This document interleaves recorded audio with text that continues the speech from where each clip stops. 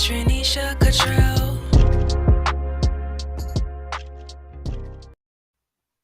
Hi, this is Trinesha Catrell, and welcome to First Love Yourself, where love, life, and Christ combine. I am so grateful to have you here on this journey of self-discovery and empowerment with me. In today's video, we are going to talk about more than enough. But before we get started, if you're new here, go ahead and give me a thumbs up and subscribe to the channel so you never miss out on more uplifting and empowering content like this. So get comfortable because we are about to get into it. Let's go. Okay, so earlier today, I'm reading from Matthew.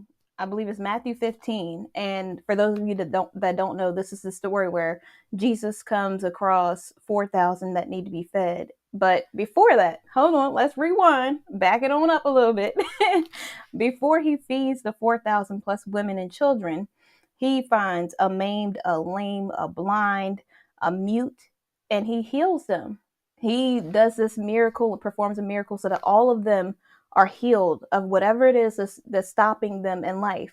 Not only does he perform this miracle though, this is how good God is. This is how Jesus is for real in real life, right?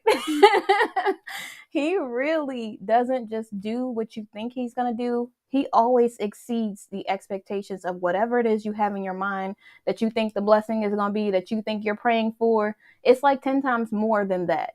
Like he didn't just heal them of the thing that was stopping them or something that people would say is some sort of impairment. Not only did he do that, but he fed them on top of that. And as I was reading this scripture, it reminded me that sometimes we think that God is like us and we really put this little laxical, like really, really tiny expectation on God. This really, really like, oh, this is just all God can do. He can only do a little. But if you only knew what God could do with that little, you might have a different attitude. Like, let me tell you, because sometimes in our minds, we think that, oh, because we were inconsistent, that means God's going to be inconsistent. Because we didn't follow through on the promises we made to ourselves, God's not going to follow through on his promises. Because a family member, a friend, someone disappointed us, we think that God's not going to come through on the things that he says that he's going to do in our lives. And I think it's important to remember in this season and for the rest of your life that when God says that he's going to do something, not only is he going to do that thing for you, but he's going to go above and beyond anything you could ever ask, think, or imagine.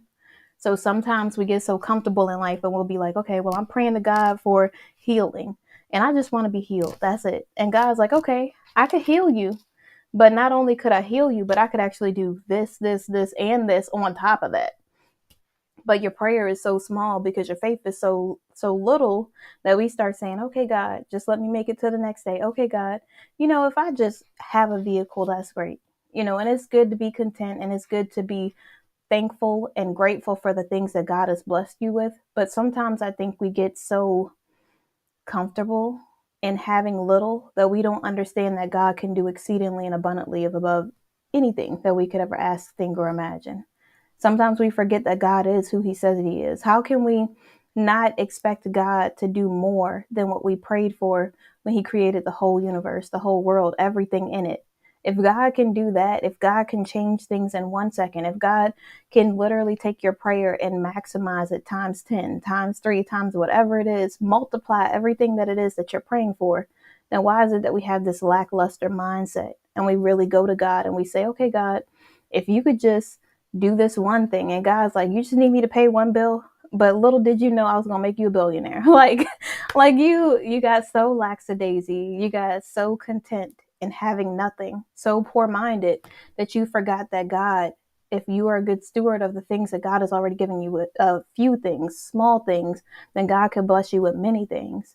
And sometimes in life, because when we ask someone for something, they want something back. Like God does want something. He wants our obedience and our commitment to him. He wants us to really be faithful, to really just focus on him, and everything will be fine. I was listening to the sermon earlier today. I believe it was from, trying to think of what the name of the church is, but I listen to like different sermons throughout the day most of the times. And so I'm listening to the sermon about living single with Pastor Robert Abdu. And as he's talking about this message, he starts talking about when you're single, what it is that you should do. And he's like, I know most singles are going to be like, oh, another person telling us to just do this and it's going to be fine, and that's married, that is not single at this time, not going through the season or whatever of their life. And what really stuck out to me is when he said, he said that you have to, in the single season, chase God like you never chased anything in your life. Like, the same energy you had when you was chasing that guy that didn't want you is the same energy you gotta have for God, but times 10. If he's going to times 10 your prayers, you know what I'm saying? Like the same energy you had when you chased after that job or that position that you wanted because you just knew you needed to be CEO or you need to be in some kind of management position within this company. It's the same energy and tenacity that we should have when we are chasing after God. And sometimes we really forget that we really we get so content, so complacent in our lives, so fixated on having the man, having the job, having the person, place, or thing that we prayed for, that we forget that God can do everything. Sometimes we get so comfortable in that position of not having as much as we really want to have, that we feel like we don't need to go for anything else. We let fear stop us, we let complacency stop us, we let uncomfortability stop us. But really, fear is that thing that, and I'm going to really butcher this, but Zig Ziglar has a saying, it's two different sayings for what fear is. It's like face everything and continue or whatever, or fear everything and run. And so whenever whenever we are facing fear, we have to remember that we need to just face it head on and just keep going. No matter how afraid you are, no matter how uncomfortable it gets, no matter how content you feel in your situation right now, if you think this is good, imagine what God could do in your life. Like, this is what you've done in your life. If we really gave it to God, if we really trusted God and said, okay, God, I give it to you. If you want me to have this business, if you want me to do this thing, if you want me to go for my goals, if you want me to go for my dreams, to be in purpose in this thing that you placed on my heart for me to do, then show me how to be successful in it. I will be a good steward of it, of this little bit that you've given me right now, so that I could do exceedingly more than this with you. If you could do it in your own will, you wouldn't need to pray to God for it. And sometimes we feel like, well, this is all I can do, so this must be the best that it can be. Have you ever took a moment and stopped and said, okay, I've done everything I can do. I worked hard. I've been putting in this effort, and this is where I'm at. God, I need you. Have you ever like really turned to God and said, okay, God, if this is your will, could you make this the most successful business that's ever been created throughout time? Could you make it to where this business pretty much runs itself, but I still am in purpose and able to help so many people?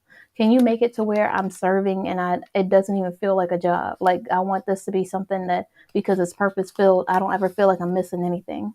God, can you do what no one will ever be able to explain how it happened in my life? I want the type of life that when people look at my life, and people can judge me, whatever, do what you got to do, right? But I want the type of life that when people look at my life, when they look at my relationship, when they look at my job, my position, when they look at the things that I have in my life, I want them to say, there's no way it happened except God did it. I want them to know that it was not me. Like, yeah, I was obedient. Yes, I was faithful. Yes, I was submissive and I submitted to the mission that God placed upon me for this life. But it was not, I did not do this. I did not make that person end up at the same gas station and then give me an opportunity to talk on the stage. I did not meet this person because they knew a friend of a friend of a person, and then all of a sudden, since we met, they're the people that put us together. No, God put us together. Like, I want people to look at it and say, I don't understand how you're being treated this well by this man. And it's because God showed me how to love, and because God showed him in our single season how to be good single so that we could be good in a relationship together. I want to I want to have the type of life that when people look at it, they say it's got to be God. There's no way that she could be this content, this peaceful. There's no way that she's got this much in her life, but by God. That's the type of life I want to live. I want to live a life where I try to explain it and there's no explanation because it's all God. That's what I want to have faith for. I don't want to just say, oh, no one in my family's done it. None of my friends have this. I don't care who don't have what when they got it. What I care about is what God can do in my life. And I want to stay focused on him so that he can work that miracle out. Like, yes, God can do everything. Sometimes we forget the power of our words and believing in ourselves and believing in God. And we don't understand that we're the ones stopping the miracles from happening in our lives. We just have to believe it, and God will take care of the rest. So I know this was short, but I just wanted to say, just have faith for the unimaginable, for the impossible, because God can do it. And the thing that you're thinking, there's no way, like, take that out of your mind.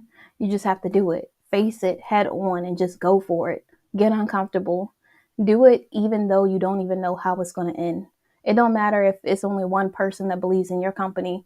That one person might be the person that invests millions. So you just have to go with it and just trust and have faith in God. Believe in yourself and keep going. No matter how many no's you get, you're trying. Most people won't even try. You have to do it. Just go for it. Believe in yourself. You could do it. You can do it. You can do all things through Christ who strengthens you. Do not give up on your dreams. Do not give up on your purpose. Do not give up on that marriage that you prayed for. Do not give up on that job that you prayed for. Do not give up on that career that you prayed for. Do not give up on things that you asked God for, because he's already given it to you. You just have to believe. You have to keep faith even when it looks like there's no way it's going to happen. You have to keep faith even when it seems like it's 11:59 and a few seconds left, because in a few seconds, God could change everything. You just have to keep believing in yourself. Keep believing in God. Keep having faith. It's going to work out. We stressing about nothing when we have no control over anything. God has control over everything. We could just control our actions. So if we control our actions and we say, all right, God, I give it to you. Whatever you decide, I'm okay with. I'm just going to live my life to the fullest until my last breath. Like, that's how you got to go about life. You got to say, this thing happened. Thank God I got enough money to pay for it. You got to say, this, it always seems like it's something. Like, let's take that out of our mind right now.